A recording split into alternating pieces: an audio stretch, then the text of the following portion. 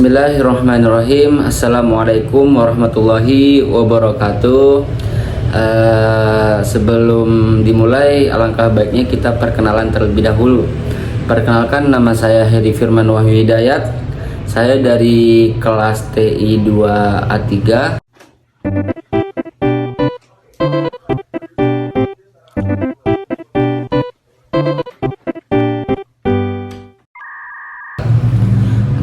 Dibuatnya video ini bertujuan untuk memenuhi ujian tengah semester pada mata kuliah agama.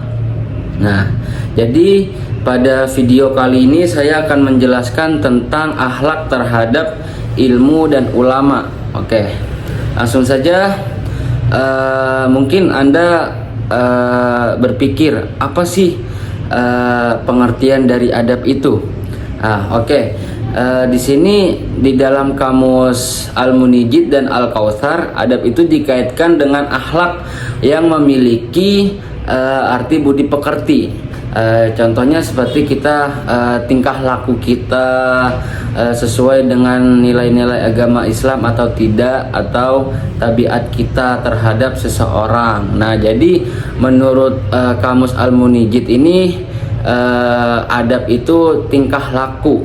Nah, ada juga menurut Al-Athos, adab itu diambil dari kata bahasa Arab, yaitu adaba yu'adibu. Itu ditasrif ya, adaba yu'adibu.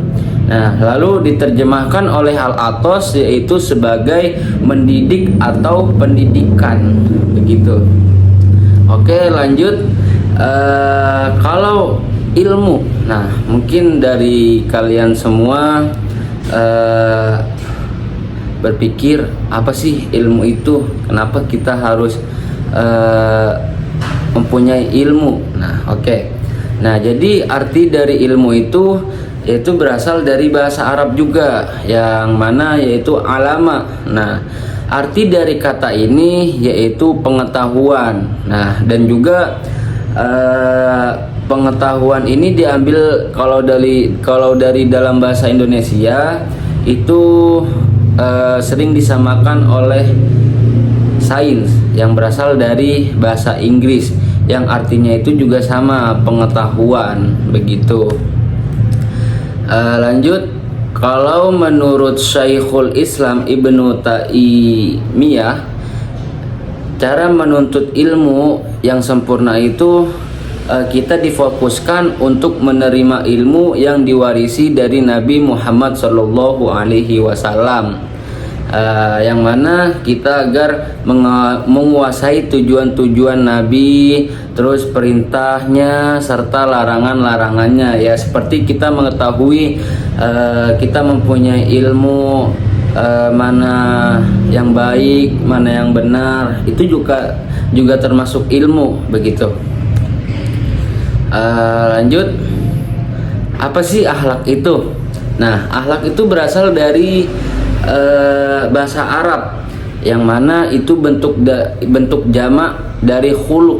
Nah, jamak itu berarti mencakup ke semua orang. Akhlak itu khuluq, yang mana khuluq itu diartikan karakter. Nah, jadi akhlak itu karakter kita sebagai diri kita, itu bagaimana karakter kita terhadap orang tua, begitu.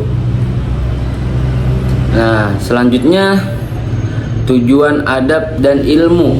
Nah, jadi di penjelasan kali ini adab itu ada tujuannya, yang mana tujuan adab itu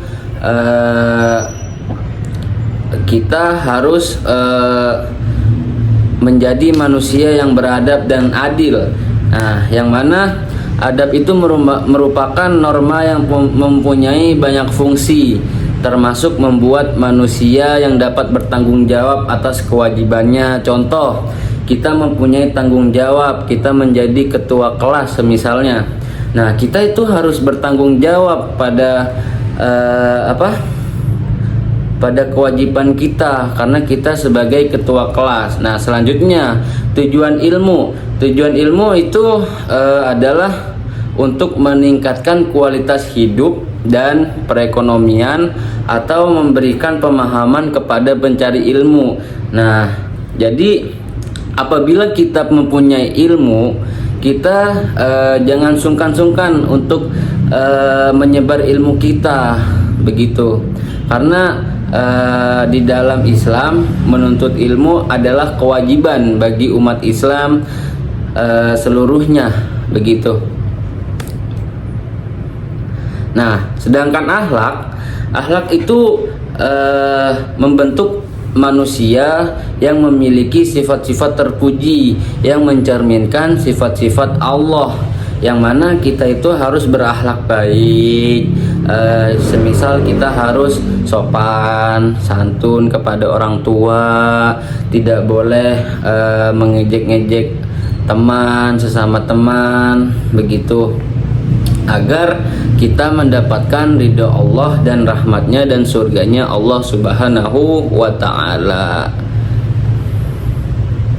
Selanjutnya ulama. Nah, di dalam Islam, ulama ini bisa disebut sebagai pewaris para nabi yang mempunyai derajat-derajat yang lebih tinggi dari orang-orang biasa seperti kita. Contohnya ya saya dan yang lainnya. Nah, jadi di dalam Islam itu ulama itu memiliki banyak kelebihan dan dalam menyampaikan ajaran yang diperoleh melalui perantara para sahabat Nabi.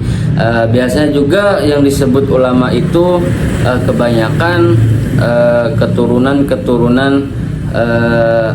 Nabi, begitu, yang dipercayai sebagai wasilah untuk memahami dan nilai-nilai ayat Al-Quran. Mungkin itu saja yang dapat saya sampaikan, kurang lebihnya mohon maaf. Wabillahi taufiq wal hidayah. Wassalamualaikum warahmatullahi wabarakatuh.